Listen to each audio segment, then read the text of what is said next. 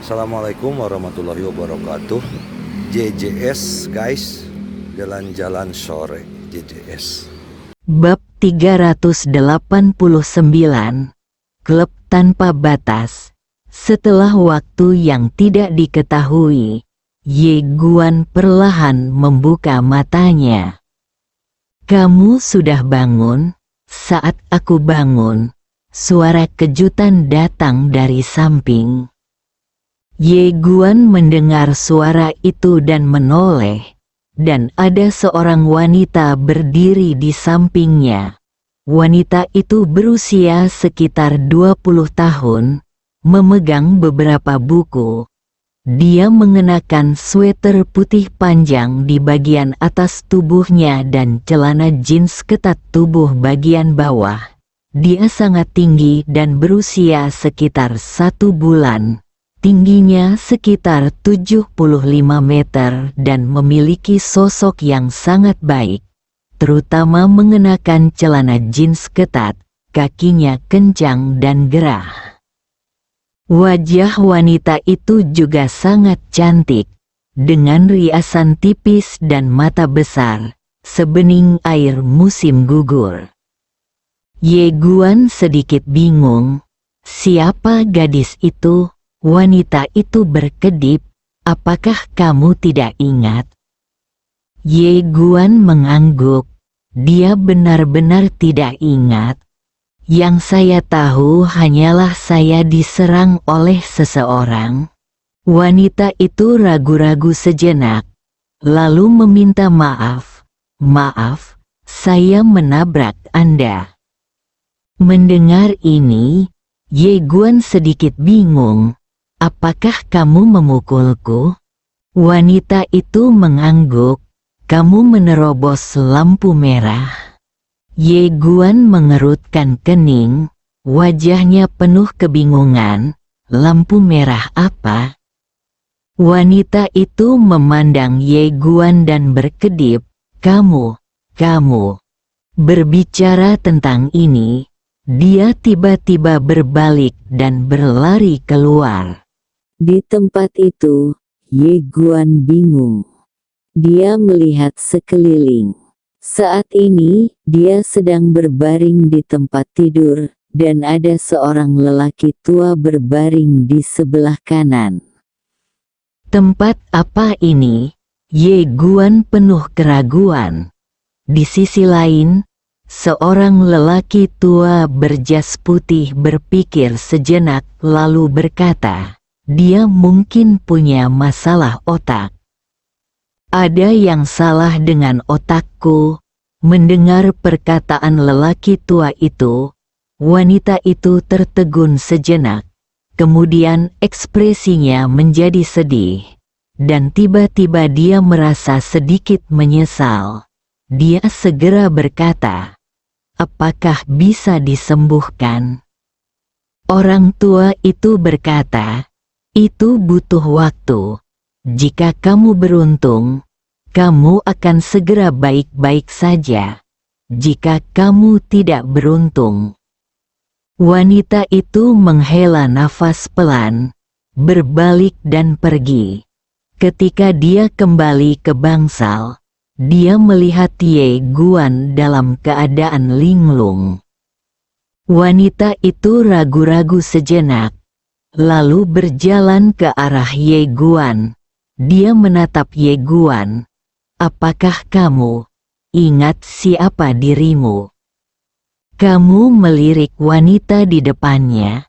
Tentu saja, wanita itu dengan cepat bertanya, "Siapa kamu?" "Kamu Guan Dao." "Kamu Guan?" Wanita itu bertanya lagi, "Di mana kamu tinggal?" Ye Guan terdiam. "Di mana harus tinggal?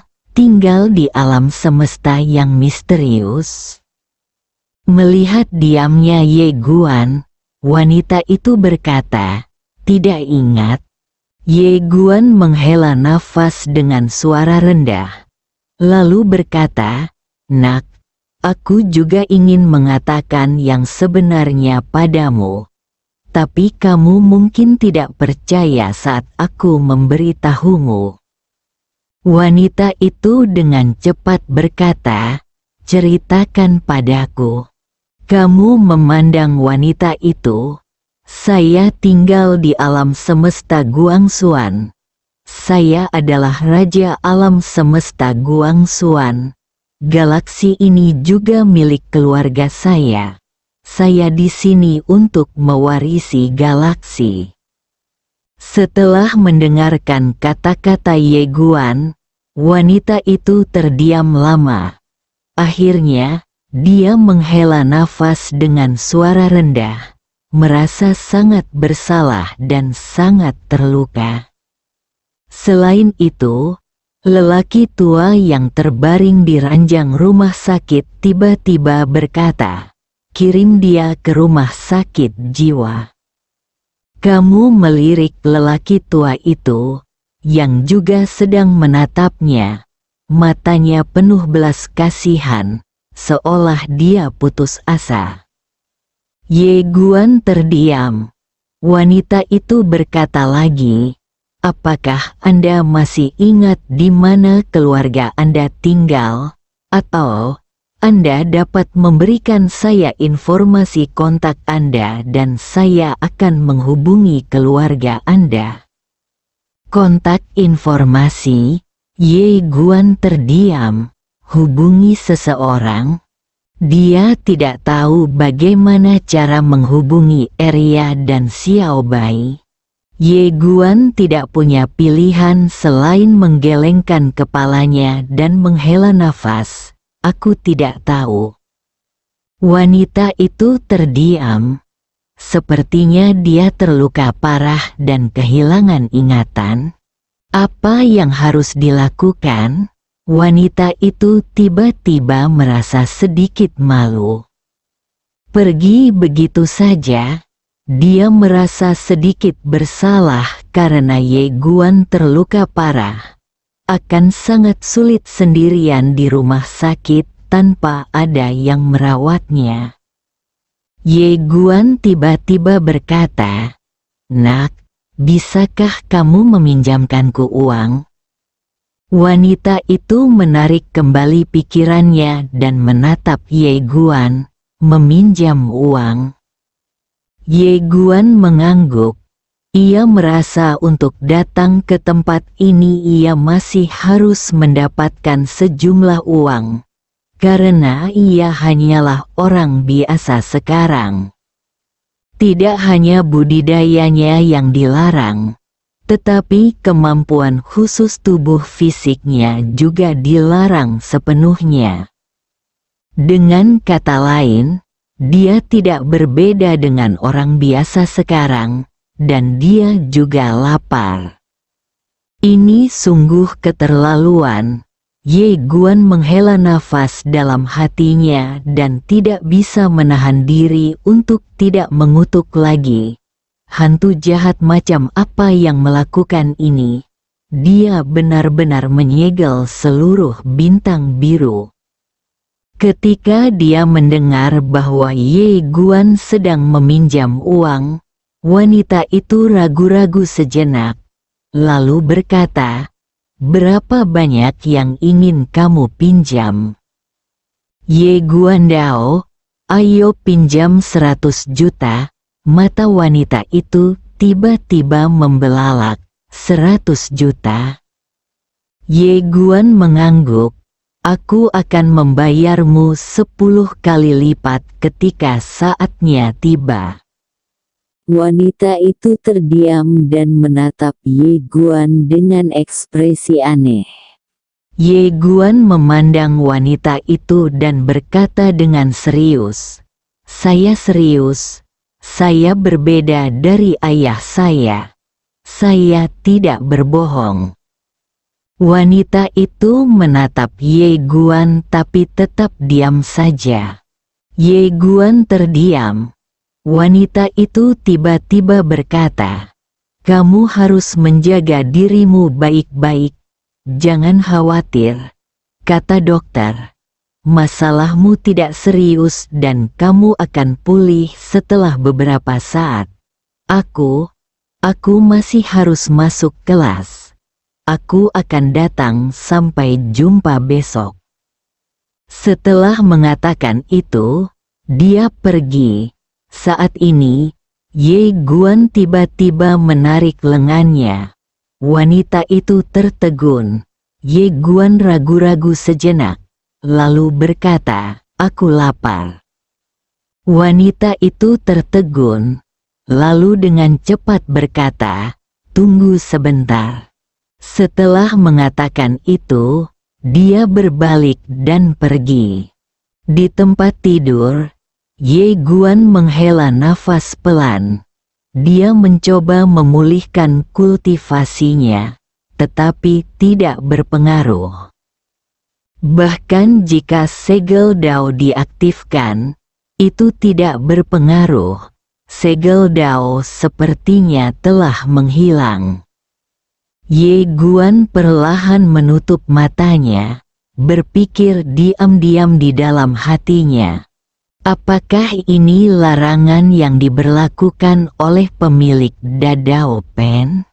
Alasan kenapa dia langsung menebak kalau dirinya adalah pemilik Dadao Pen adalah karena orang ini sering melakukan hal semacam ini dan membuat segel di mana-mana. Tapi kalau dipikir-pikir, itu tidak benar.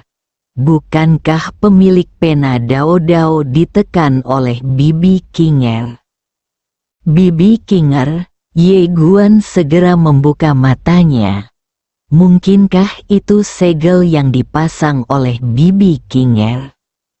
Tapi kenapa Bibi Kinger ingin menutup dan melarang tempat ini? Ye Guan bingung. Pada saat ini, wanita itu masuk lagi, dengan kotak makan siang di tangannya. Dia meletakkan kotak makan siang itu di depan Ye Guan dan meminta maaf. "Maaf, saya lupa kamu belum makan." Ye Guan mengambil kotak makan siang dan berkata, "Terima kasih." Setelah mengatakan itu, dia langsung mulai makan. Wanita itu tersenyum dan kemudian duduk di bangku di samping tempat tidur Ye Guan. Dia menatap Ye Guan dengan rasa ingin tahu di dalam hatinya. Padahal, pria di depannya terlihat cukup normal, tidak seperti orang yang punya masalah otak. Apalagi dia tampan dan sopan. Segera, Ye Guan selesai makan. Dia menyeka mulutnya, lalu menatap wanita di depannya dan berkata dengan tulus, "Terima kasih." Wanita itu tersenyum dan berkata, "Sama-sama." Saat dia mengatakan itu, dia meletakkan kotak makan siangnya dan berkata sambil tersenyum, "Aku akan belajar. Sampai jumpa lagi besok." Ye Guan mengangguk. "Oke." Wanita itu tersenyum, berbalik dan pergi. Ketika dia sampai di pintu, dia tiba-tiba berbalik untuk melihat ke arah Ye Guan dan berkata sambil tersenyum, "Aku lupa memberitahumu, namaku Mu Wanyu." Setelah mengatakan itu, dia keluar. Di tempat tidur, Ye Guan menghela nafas pelan dan perlahan menutup matanya. Saat ini, lelaki tua di sebelahnya tiba-tiba tertawa dan berkata, "Hei." Ye Guan menoleh untuk melihat lelaki tua itu, yang tersenyum dan berkata, "Raja alam semesta Guangxuan, macam apa yang baru saja kamu katakan?" Ye Guan menutup matanya. "Kamu tidak mengerti meskipun aku memberitahumu." Orang tua itu terkekeh dan berkata, "Saya mengerti. Saya mengerti segalanya. Apakah Anda raja prajurit?" Ye Guan sedikit mengernyit. wajahnya penuh keraguan. Raja prajurit, orang tua itu berkata dengan cepat, "Ya, dia adalah tipe orang yang membuat prestasi besar di perbatasan. Tetapi karena dia lelah membunuh, dia akhirnya kembali ke kota, ingin menjalani kehidupan normal, dan kemudian berpura-pura menjemput perempuan dan lawan monster untuk naik level." Ye Guan memandang orang tua itu dan tidak berkata apa-apa. Melihat ekspresi Ye Guan, lelaki tua itu sedikit mengernyit. "Tidak, apakah kamu Raja Naga? Kamu memiliki 100.000 tentara di bawah komandomu. Apakah kamu punya anak perempuan? Apakah putrimu tinggal di rumah anjing? Lalu berikan aku sebuah panggilan." 100.000 tentara bergegas kembali dari perbatasan. Ye Guan perlahan menutup matanya, tidak ingin berbicara. Orang tua itu melanjutkan, "Tidak satu pun dari mereka. Apakah itu reinkarnasi? Anda sebenarnya adalah bos yang tiada taranya dari dunia yang berbeda. Untuk alasan khusus, Anda bereinkarnasi di sini dan kemudian menjadi menantu. Anda dipandang rendah oleh wanita itu. Akhirnya, kamu mengungkapkan identitasmu dan berpura-pura menjadi menantu." Ye Guan mengabaikan orang tua itu. Melihat Ye Guan tidak berbicara, lelaki tua itu mengerutkan kening. "Benarkah? Seharusnya tidak. Ini adalah rutinitasnya." Ye Guan tiba-tiba bertanya, "Pak Tua, izinkan saya mengajukan pertanyaan." Orang tua itu memandang Ye Guan. "Apa masalahnya?" "Ye Guan Dao, di mana klub tanpa batas, brengsek?" Orang tua itu tiba-tiba duduk dan menatap Ye Guan. "Saya orang yang serius. Bagaimana saya bisa pergi ke tempat seperti itu?" Ye Guan sedikit mengernyit. Apa yang terjadi dengan tempat itu? Orang tua itu memandang Ye Guan dengan ekspresi aneh. "Kamu belum pernah ke sana?" Ye Guan menggelengkan kepalanya. Orang tua itu terkekeh dan berkata, "Tempat itu sangat menyenangkan." Kamu melirik lelaki tua itu dan berkata, "Aku sedang mencari seseorang." Orang tua itu terkekeh. "Saya mengerti. Setiap orang yang pergi ke sana mencari seseorang. Laki-laki kesepian. Saya pernah ke sana. Saya mengerti." Ye Guan sedikit mengernyit. Benda apa yang tak terbatas ini? Tanpa banyak berpikir, Ye Guan mulai beristirahat. Ye Guan pulih dengan sangat cepat dan bisa berjalan perlahan keesokan harinya. Namun, dia sedikit malu karena Mu Wanyu tidak datang keesokan paginya. Bagaimana kita bisa makan jika dia tidak datang? Tidak ada makanan untuk dimakan. Di ranjang rumah sakit, Ye Guan menghela nafas dalam hatinya.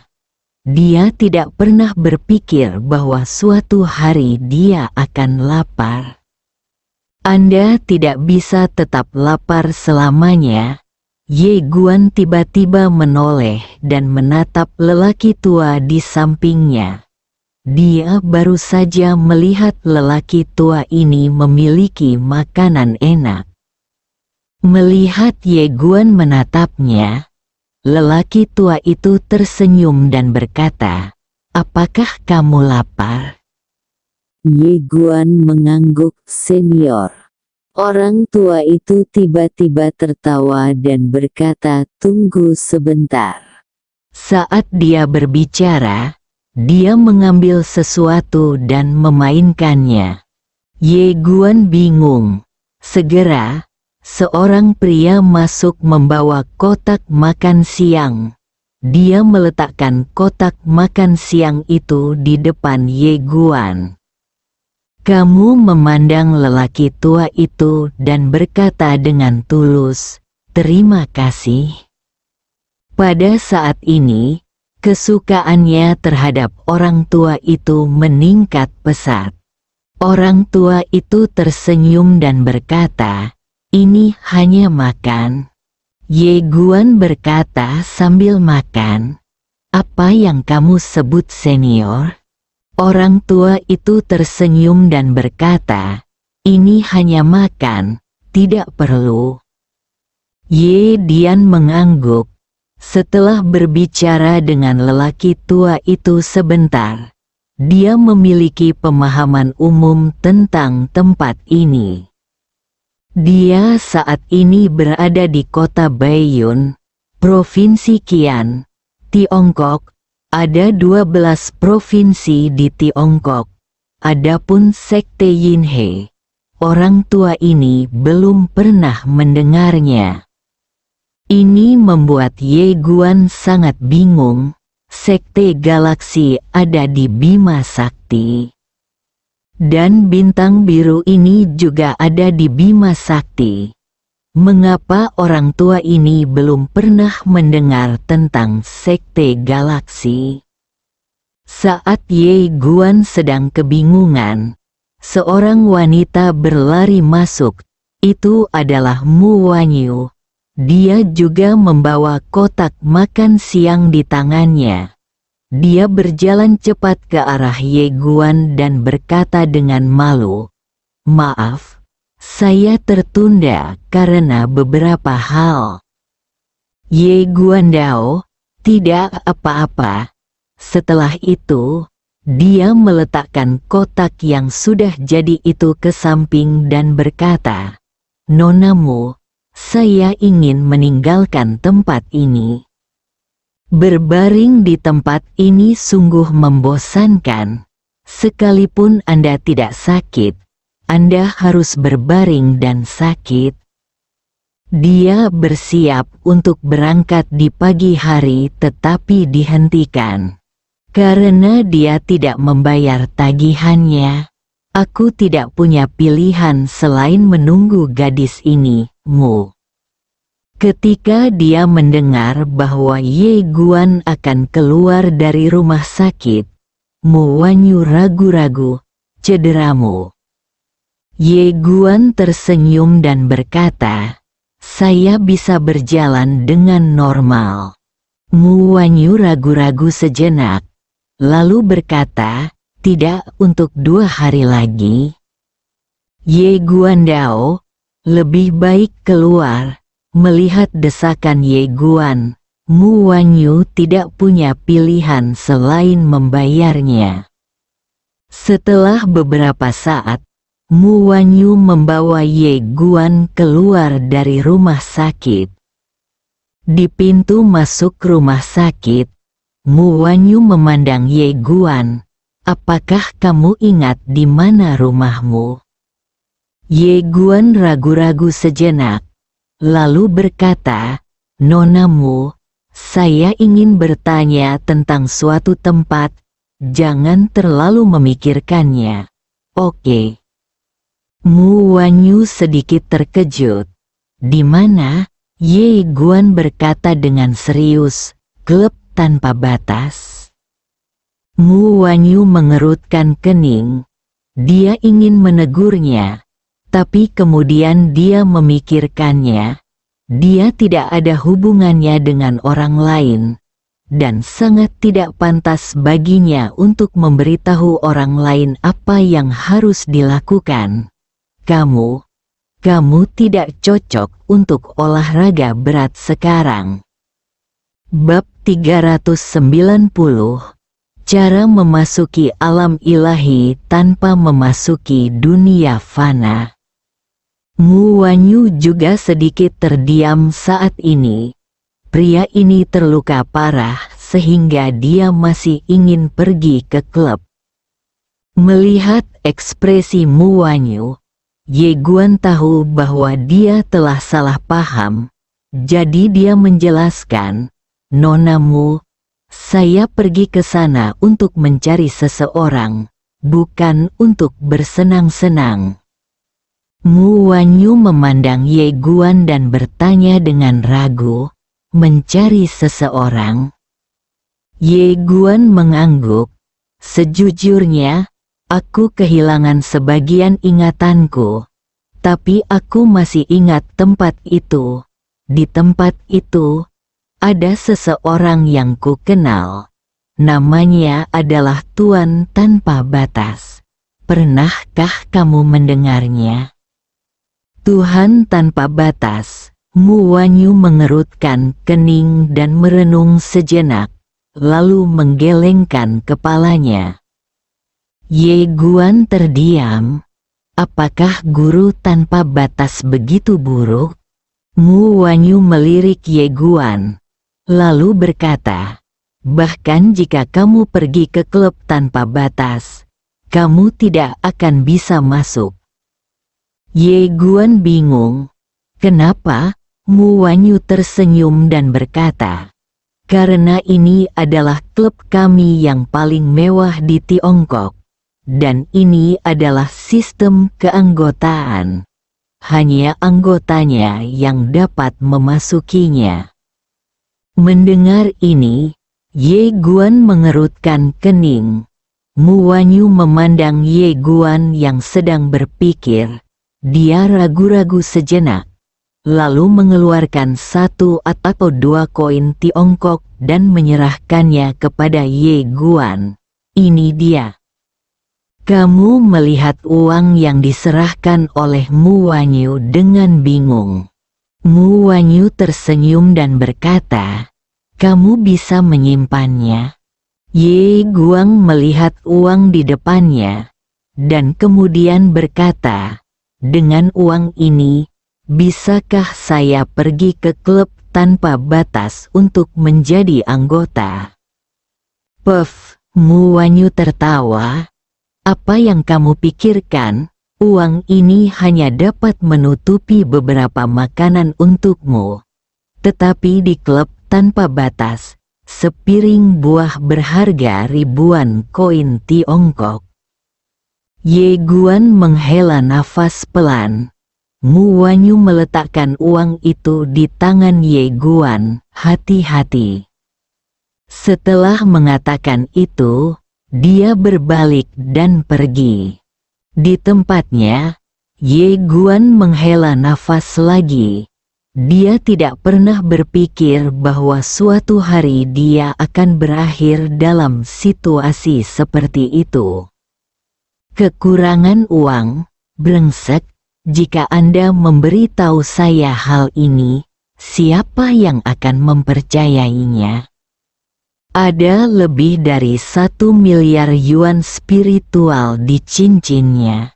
Sebelum datang, ia memberikan sebagian besar energi spiritualnya kepada Nalanjia. Namun Nalanjia tetap memberinya 1 miliar energi spiritual.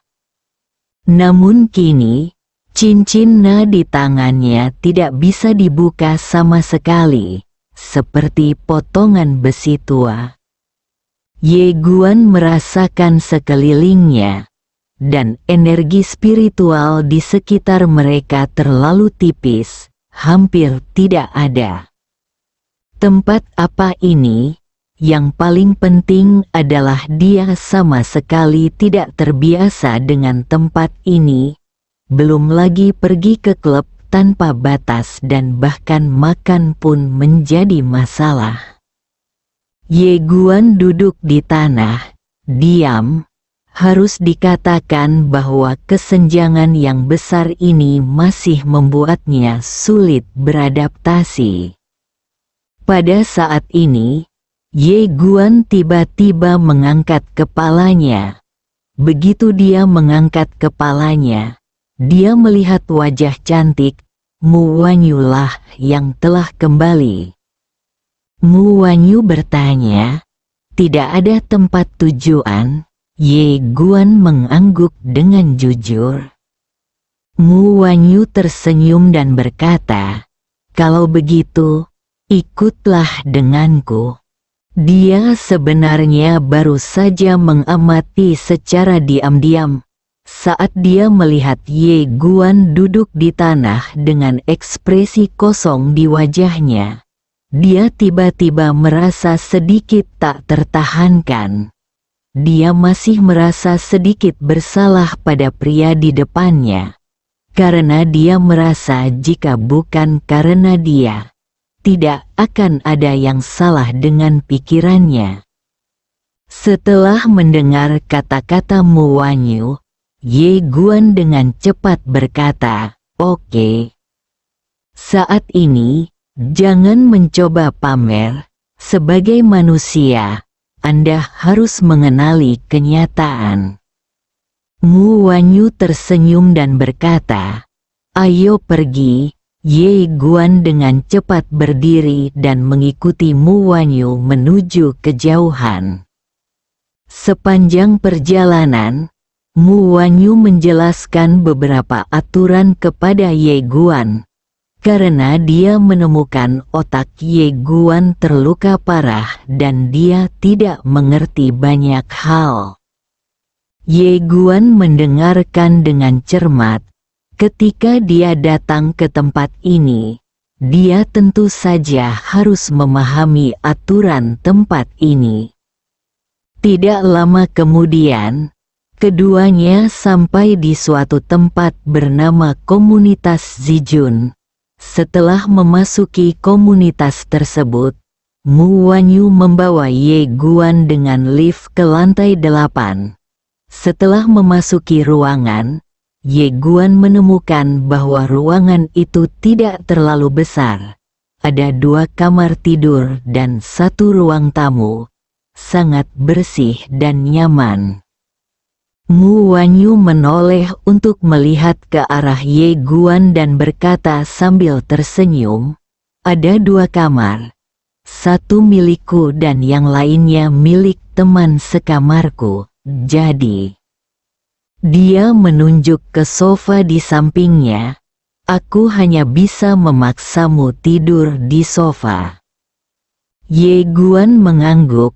Oke. Dia puas sekarang karena dia punya tempat tinggal dan makanan untuk dimakan.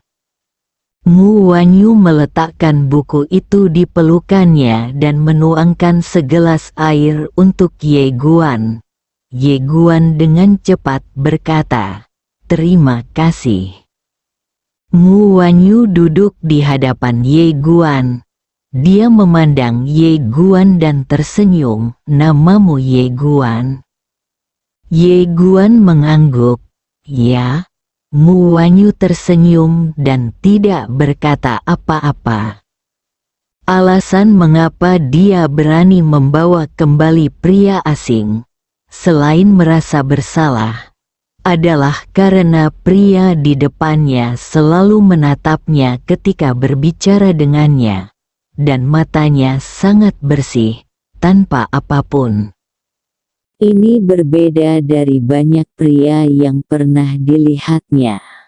Ye Guan tiba-tiba berkata, "Nonamu, berapa banyak uang yang saya perlukan untuk menjadi anggota klub tanpa batas?" Mendengar perkataan Ye Guan, Mu Wanyu menggelengkan kepalanya dan tersenyum. "Saya tidak tahu tentang ini, karena saya belum pernah ke tempat seperti itu, jadi saya tidak tahu standar konsumsi di tempat itu." Ye Guan mengangguk sedikit dan bertanya, "Kalau begitu apakah kamu tahu sekte Yin He?" Mu Wanyu tercengang. "Sekte Yin He? Apakah kamu tahu sekte Yin He?" Ye Guan tiba-tiba bersemangat. "Apakah kamu tahu sekte Yin He?" Mu Wanyu mengangguk. tentu saja aku tahu. Saat dia mengatakan itu, dia menatap Ye Guan. Yang membuatku penasaran adalah, bagaimana kamu tahu? Ye Guan bertanya, mengapa kamu menanyakan hal itu? Mu Wanyu melirik Ye Guan, lalu berkata, sekte galaksi ada di luar angkasa, dan kebanyakan orang tidak mengetahui keberadaannya. Luar angkasa?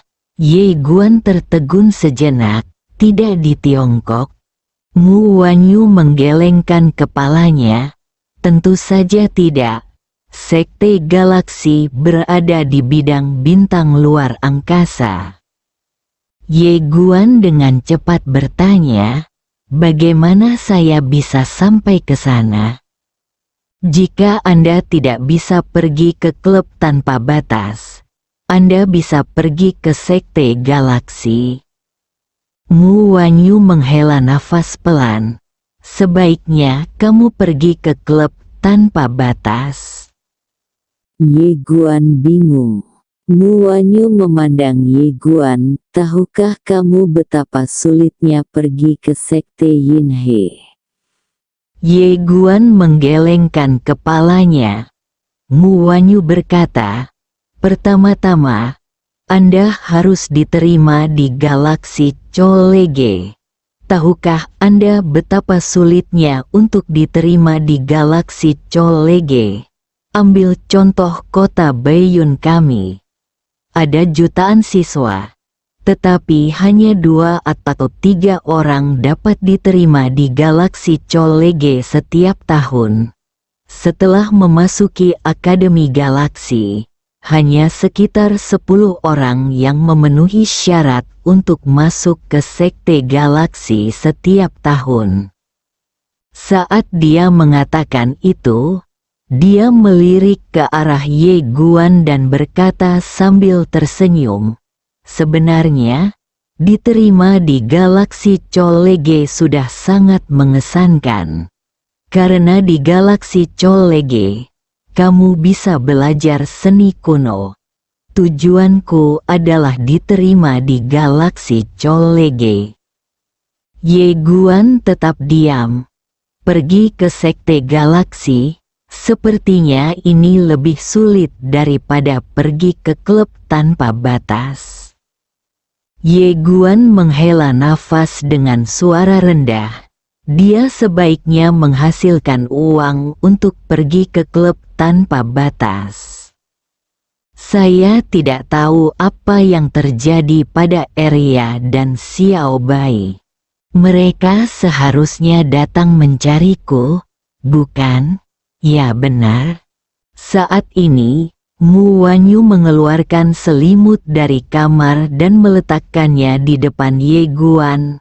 Dia tersenyum dan berkata, dingin, jadi berhati-hatilah. Ye Guan memandang Mu Wanyu dan tersenyum tipis, Nona Mu, terima kasih. Mu Wanyu tersenyum dan berkata, sama-sama. Dalam analisis terakhir, saya juga bertanggung jawab atas mengapa Anda menjadi seperti ini. Anda tidak boleh menyalahkan saya. Ye Guan menggelengkan kepalanya. Masalah ini tidak ada hubungannya denganmu. Ini urusanku sendiri. Mu Wanyu tersenyum dan berkata, istirahatmu cukup. Setelah mengatakan itu, dia berbalik dan pergi. Seolah-olah dia sedang memikirkan sesuatu. Dia menoleh ke arah Ye Guan. Teman sekamarku memiliki temperamen yang buruk. Jika kamu bertemu dengannya, katakan saja dia adalah temanku. Ye Guan mengangguk.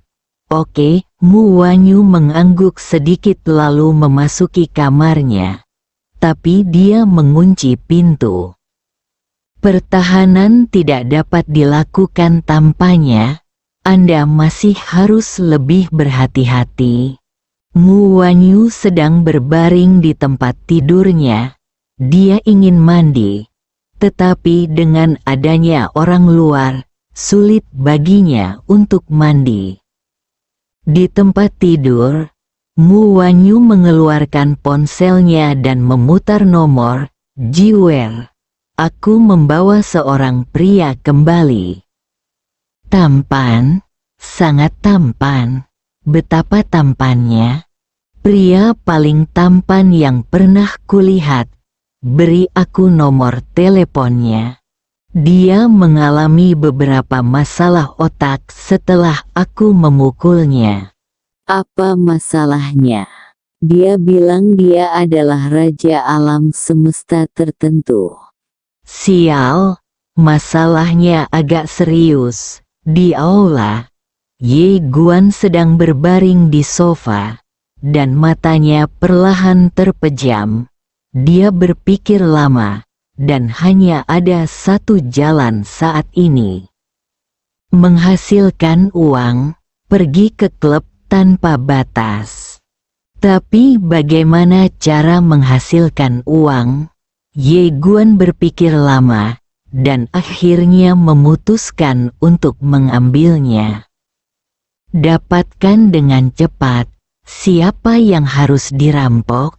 Ye Guan tiba-tiba berdiri dan berjalan ke pintu kamar Mu Wanyu. Dia mengetuknya dengan ringan. Segera, pintunya terbuka. Saat ini, Mu Wanyu sudah berganti pakaian menjadi satu set piyama, dibungkus rapat, dan tidak ada yang terlihat. Mu Wanyu memandang Ye Guan, memegang palu tukang kayu di tangan kanannya yang tersembunyi di belakang punggungnya. Meski pria di depanmu tidak terlihat seperti orang jahat, kamu harus waspada terhadap orang lain. Ye Guan bertanya, "Di manakah tempat terkaya?" Mu Wanyu berkedip, "Bang." Ye Guan bertanya lagi, "Apakah pertahanannya kuat?" Mu Wanyu menatap Ye Guan. Apa yang ingin kamu lakukan?" Ye Guan Dao, "Saya hanya bertanya. Saya tidak bermaksud apa-apa lagi." Setelah Mu Wanyu terdiam beberapa saat, dia berkata, "Jangan tersesat. Lagi pula, menurutku seseorang harus jujur. Jika kamu kekurangan uang, kamu bisa menghasilkannya. Kamu tidak boleh memikirkan hal-hal buruk, meskipun aku juga sudah memikirkannya, tapi itu ilegal, tahu?" Ye Guan menghela nafas dengan suara rendah. "Nonamu, kamu benar. Lalu katakan padaku, bagaimana aku bisa menghasilkan uang?" Mu Wanyu bertanya, "Apakah kamu punya ijazah?" Ye Guan menggelengkan kepalanya. Mu Wanyu bertanya lagi, "Apakah kamu memiliki keterampilan?" Ye Guan menggelengkan kepalanya lagi. Dia secara alami tidak memiliki keterampilan di tempat ini. Setelah Mu Wanyu terdiam beberapa saat, dia berkata, "Bisakah kamu menanggung kesulitan?" Ye Guan mengangguk, "Aku bisa menanggung kesulitan." Mu Wanyu berkata, "Kalau begitu kamu bisa pergi ke lokasi konstruksi dan memindahkan batu bata." Ye Guan sedikit penasaran, "Memindahkan batu bata?" Mu Wanyu mengangguk. Memindahkan batu bata adalah pekerjaan yang sulit dan sangat melelahkan. Jadi, berbicara tentang ini, dia melirik Ye Guan dan berhenti berbicara. Ye Guan tetap diam. "Pergi pindahkan batu bata.